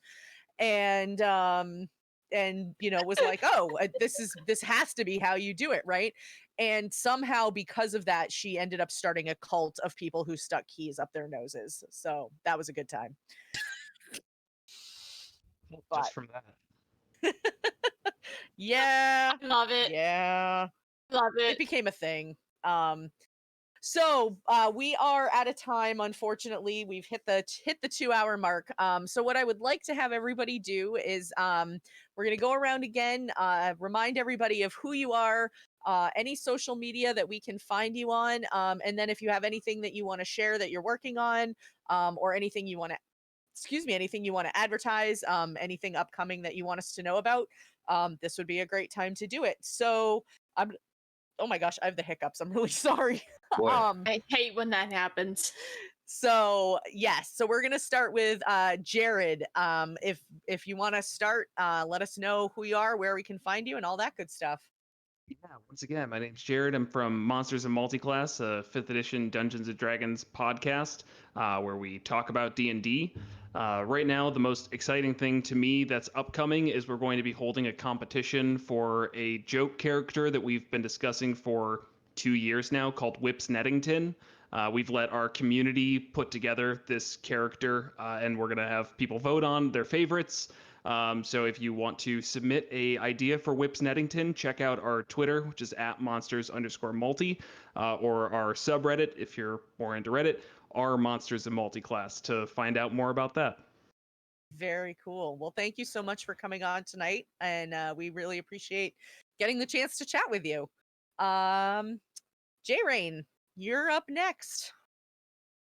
All right, so I am J.R.Rainville, and I am currently working on my novel. And you can find me on Instagram, J.R._Rainville, RAINVILLE, Active Winter Soldier on Twitter, and J.R.Rainville author on Facebook. And if you need help finding anybody too, if you go to my Twitter, all of these people are tagged in the last tweet that I put out, and I will be tweeting out their contact info again later on.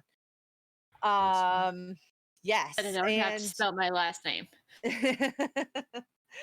and let's see, JC, you're up next. So yeah, so I've got a couple different places, but I just want to stay focused on one place. So you can find me and pursue my dream here. I found a group that finally the right chemistry and something we can present and give a very organic feeling around the table with our YouTube stream and possibly starting to get on Twitch and stuff. We're hoping to get live. As I say, organic. It really is kind of a homegrown thing. Where we've got a lot of people that don't have the specific experiences and expertises, but gosh, they're doing a fantastic job. So really, we're going to be releasing content. The goal is to go weekly, right? But we'll probably get the main campaign, which we kicked off session 0 last 2 weeks ago, and it streamed last Friday. So tomorrow I'm going to be sitting down with our bard Smoke and kind of talking about the creation of that character and going into kind of what he thoughts as that possum who plays his belly as his musical instrument. We'll be kind of discussing stuff, and then next week I think we'll have our session 1 officially as we get to explore the local town in Eberron is set in Rome. So I know I spoke a lot there, but you can find us on Twitter, you can find us on Facebook, you can find us on YouTube, and we haven't streamed anything on Twitch just yet, but we're on Twitch as well, and Reddit. So all the social media platforms. Excellent. And Instagram. Yes, that's right. I just found you on Instagram the other day. I was like, let's see if this works.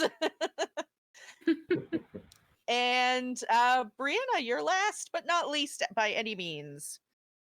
All right. I'm Brianna. I am the everything currently behind Pseudonym Social. I am also the host and producer of Tales of Adventure, which is in-character roleplay character interviews. So you can get and sit and if you've ever wanted to sit and have your character just tell their story to a stranger for an hour, come find me. So yeah, it'll come out eventually. I've got a pretty big backlog to go through.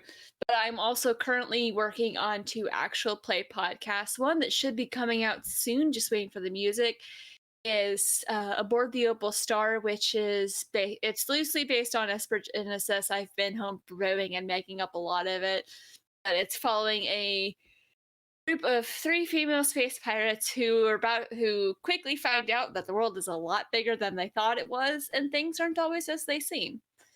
And the other one is a game that I'm in, and it's called Disciples of the Eight, where that one take a little longer because technical difficulties.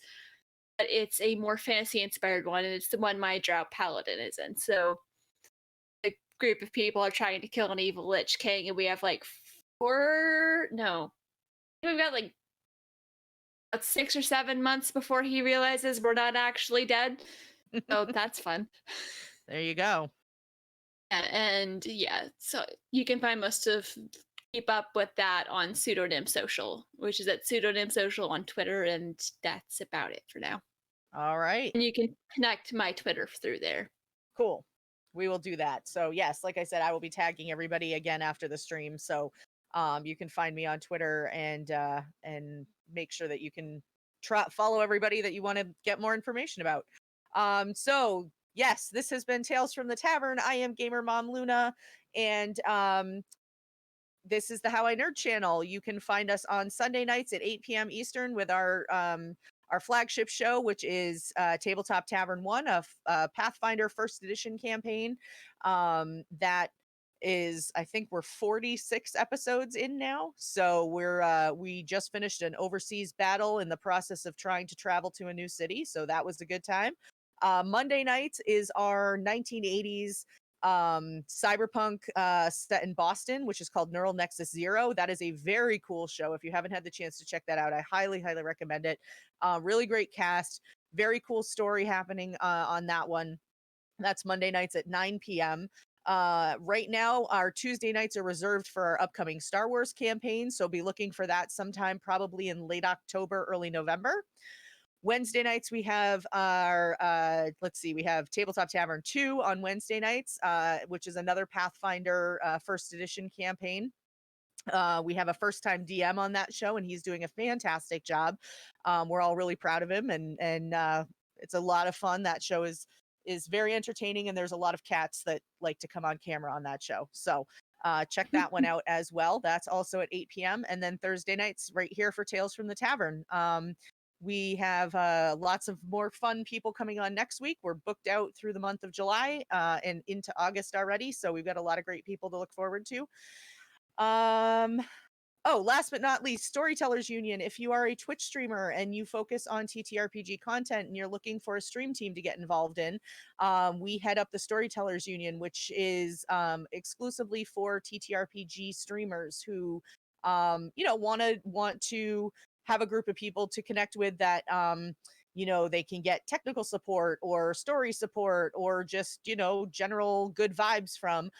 You can feel free to reach out to me or to Mike over at HowINerd, and we will get you all the information about that as well.